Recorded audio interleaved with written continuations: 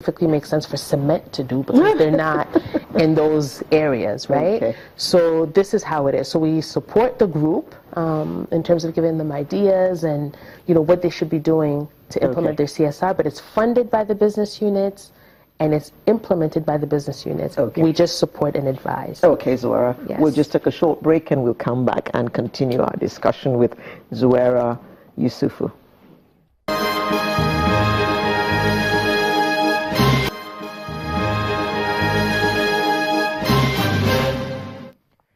Welcome back. I'm still chatting with Zouera Youssoufou of the Dangote Foundation. She's the Managing Director and CEO of the Dangote Foundation, and she was explaining the relationship or the relation between the foundation and the Dangote group of companies, and each man does their own thing from what she explained.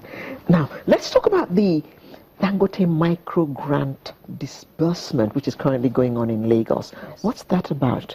Is he giving grants to people? Yes, to women that are poor. Women that are poor.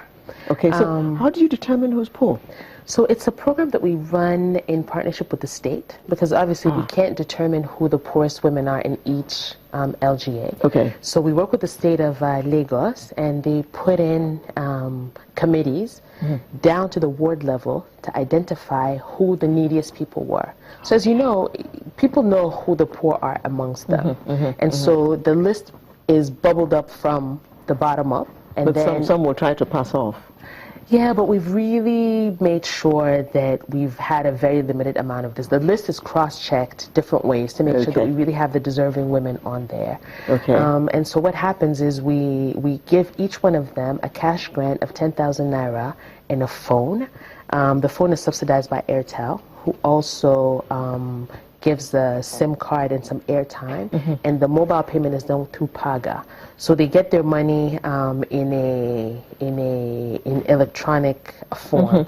We also are able now to collect their data electronically. So we hired INITS, which is a young Nigerian company.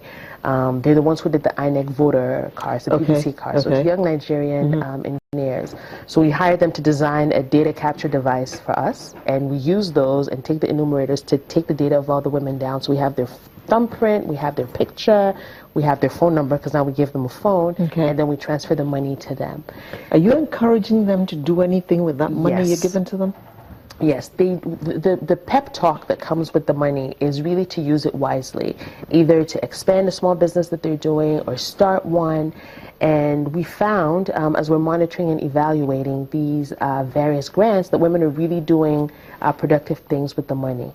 What we found is that people sometimes need a push, a nudge. And it's a gift. It's not a grant. It's a grant. They don't have to pay it back. It's not a loan. But we also don't burden them with this, we have to do all this capacity building and we need to teach them and train them. And we don't do a lot of that because the money is, you can decide if you think 10,000 naira is a lot of money or not a lot of money, but it makes a difference. For a petty trader. For a petty trader, it's a significant amount of money. And a lot of them are already doing some activity, and what they use that money for is to expand what they're already doing. And we're going to be doing some videotaping of how the disbursements are actually going. It's one of my favorite programs because I can see the immediate impact of what we're doing on the lives of these women. Okay, now let's go back to the IDPs. The foundation seems to be heavily involved in what is going on in the Northeast.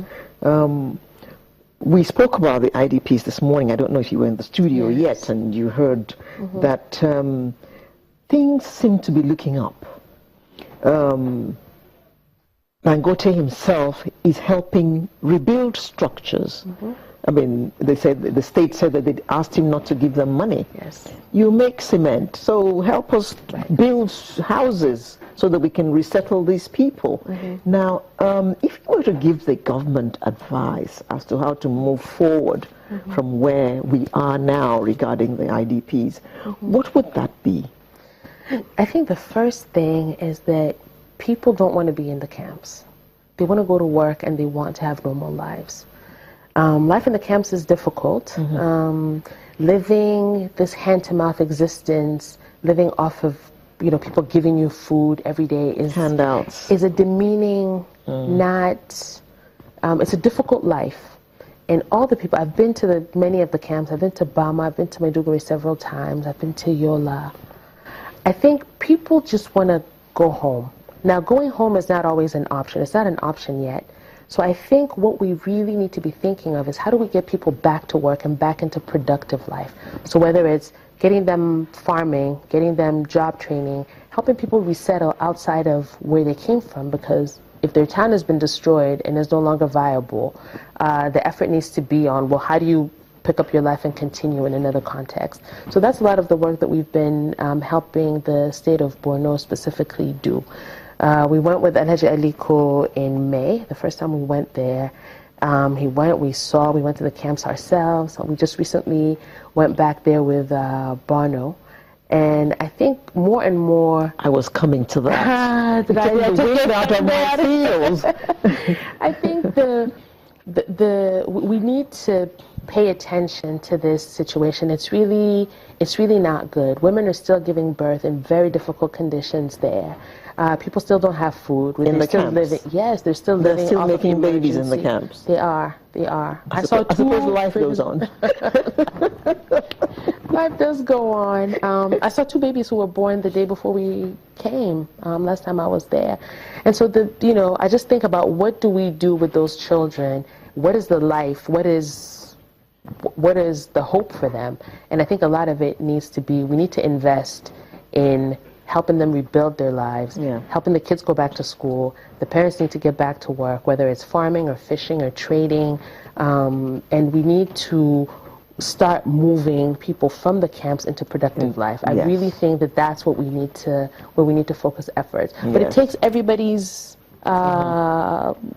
support and energy to make that happen. And from what we were told this morning, I think the man himself is helping to rebuild houses so that enough people can be moved from the camps. Thank you very much. Zouera Youssoufou, Managing Director and CEO, Dangote Foundation. Well, good luck in the work that you're doing. Thank you very much. We need it. Thank you. Okay, so that is Dangote Foundation. We'll be back with the home stretch in just a moment. Make sure you stay with us.